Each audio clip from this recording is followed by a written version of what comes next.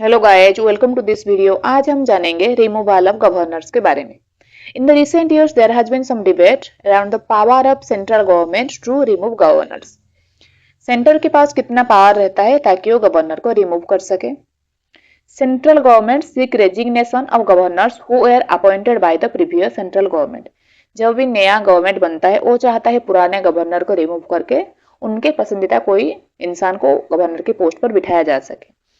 Here we will briefly look कि क्या क्या प्रोविजन है सुप्रीम कोर्ट में, क्या क्या रिकमेंडेशन दिया गया है हमारे जो नए कमीशन से आए थे डिफरेंट कमीशन ने कि गवर्नर को कैसे रिमूव कर सके। फास्ट देखते हैं हमारे कॉन्स्टिट्यूशन क्या कहता है। आज पर article 155 and 156 of the constitution, इसमें क्या कहा गया है? A governor of A state is an appointee of president. Article 155 and 156 में ये मेंशन किया गया है कि प्रेसिडेंट ही गवर्नर को अपॉइंट करते हैं और ही और सी होल्ड्स ऑफिस में उतने टाइम तक रह सकते हैं during the pleasure of president, president जितने देर तक चाहता है। If a governor continues to enjoy the pleasure of president, he or she can be in office for a term of 5 years। ये सब 5 साल का अवधि रहता है उनका, पर वो रहते हैं कैसे? During the pleasure of president, अगर प्रेसिडेंट चाहते हैं तो। Because the president is bound to act on the aid and advice of the council of ministers under article 74 of the constitution.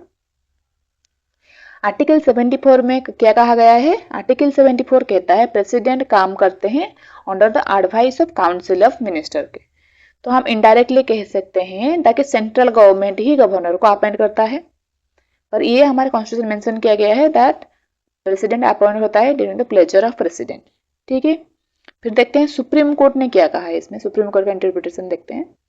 इन 2010 एक केस आया है सुप्रीम कोर्ट के पास, BP Singhal and union of India versus में एक case आया जिसमें supreme court ने कहा that president in effect central government, ठीक है, हैज द पावर रहता है प्रेसिडेंट के पास to remove a governor at any time. वो किसी भी टाइम प्रेसिडेंट गवर्नर को रिमूव कर सकते हैं, but however this power cannot be exercised in an arbitrary manner। arbitrary माने मनमानी तरीके से नहीं कर सकते हैं, उनके लिए कोई भी वैलिड रीजन होना चाहिए। The power of removing governors should only be exercise in rare और एक्सेप्शनल केस में ही, सर्कमस्टांसेस में ही प्रेसिडेंट रिमूव कर सकते हैं गवर्नर को।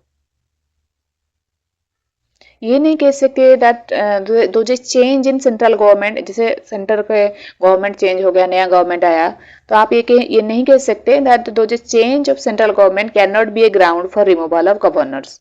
ठीक है, जैसे नया गवर्नमेंट बनना, अगर वो बोलेंगे नहीं उनके साथ उनके गवर्नर की थिंकिंग मैच नहीं होती, उनकी आइडियोलॉजी मैच नहीं होती, तो इनको रिमूव करके कोई दूसरी उनकी जगह कोई भी नया गवर्नर को अपॉइंट करिए, तो इस केस में आप जो पुराने गवर्नर को उनके पोजीशन से रिमूव नहीं कर सकते। A decision to remove a governor can be challenged in a court of law. अगर किसी भी गवर्नर को उनके पोजीशन से निकाला गया बिफोर 5 years, तो उसके अगेंस्ट वो पिटीशन डाल सकते हैं। इसके बाद फिर कोर्ट सेंटर को बुलाता है, तो आप क्यों चाहते हैं उनको निकालने के लिए, इसके लिए आपको कुछ वैलिड रीजन देना पड़ेगा सेंटर को। तो इन समरी हमने क्या देखा दैट सेंटर के पास पावर रहता है ताकि वो गवर्नर को रिमूव कर सकते। अगर उनकी मनमानी मीन्स सेंटर एडवाइस देंगे प्रेसिडेंट को, फिर प्रेसिडेंट रिमूव करेंगे गवर्नर को उनके पोस्ट से। फिर देखते हैं क्या क्या रिकमेंडेशन दिया था डिफरेंट कमीशन ने।